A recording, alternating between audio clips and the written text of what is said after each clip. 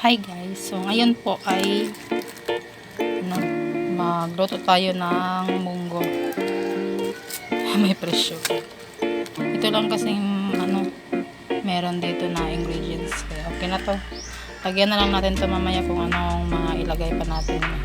Kahit yung dahon ng alugbati, ganun, malunggay, kung ano lang. Depende na lang to mamaya guys. So tara, lutuin na natin to.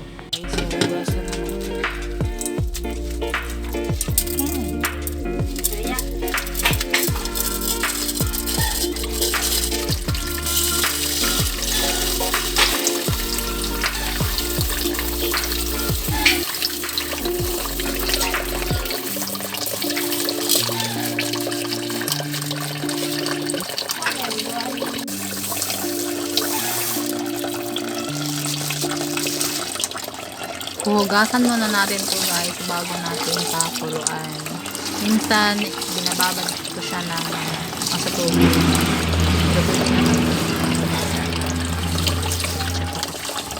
Ito na po yung ingredients niya, dalawa lang. Guys, tapos mag-add tayo ng malunggay.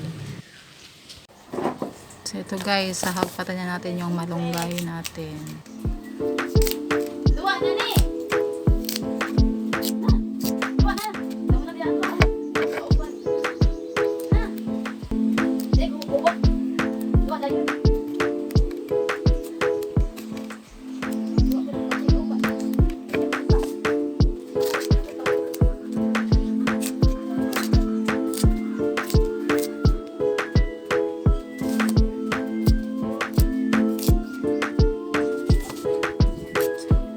Mana ko na rin, di ba ko lang.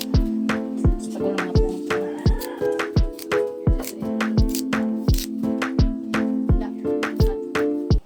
Mana pagbakit ka. Apa? Ako na natay no. Sumara mo ko an. Ambak.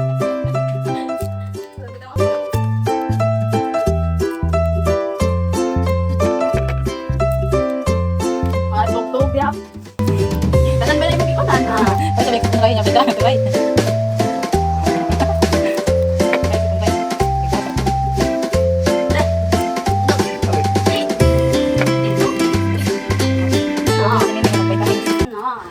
So dito sa amin guys, inuuna namin na hagpatin yung minsya.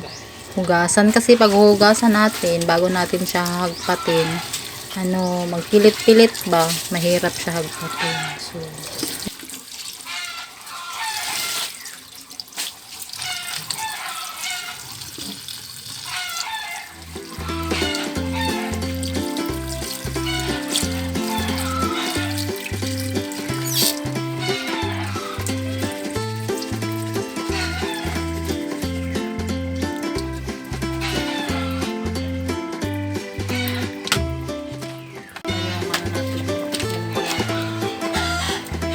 lambutin muna natin to guys.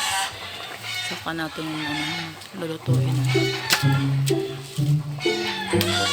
Ito na po, papainitin na natin yung karaha natin, yung kawali pala. Mas mainit na ata tong karaha, ay kawali natin. Lagyan natin ng ng idibol. Konti. Tama na. Konti lang guys, ala. Itong mga buo-buo na painitin na natin tong tong edible natin, mantika. Na natin yung lason na. Saan tawag sa lason na? Guys, Bawang. lagay na natin. Tapos lagay natin tong sibuyas. Ito lang kasing dalawang lamas na available dito sa bahay. So ito lang. Lang meron. Guys, ang isunod natin is yung munggo natin. Hindi ko sure guys ha, hindi ako marunong expert magluto, pero yung alam ko lang ba. Munggo na isunod natin.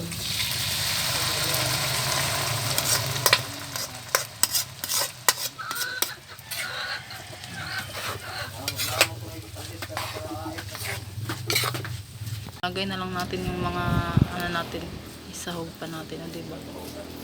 Yung subak, Lagay na lang. Kasi luto na kasi yung munggo para pag pagkulo niya.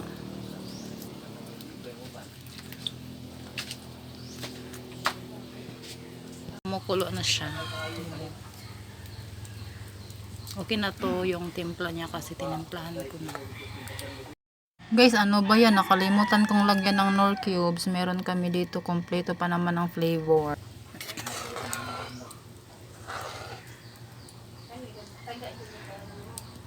Haunin natin to ngayon, guys. Tapos yun na. Thank you so much for watching. Bye bye.